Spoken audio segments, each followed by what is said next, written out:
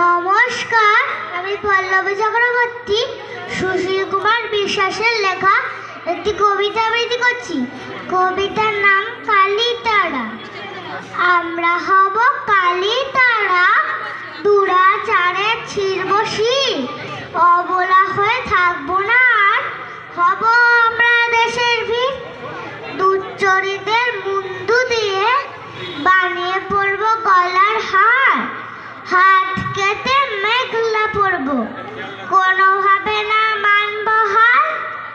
অত্যাচারীদের করব দমন, থাকবে আমাদের এমন পণ, যতক্ষণ না শান্তি ফেরে চলবে লড়াই আজীবন।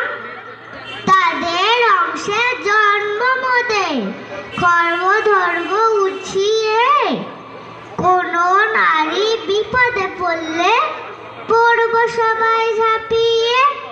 নমস্কার।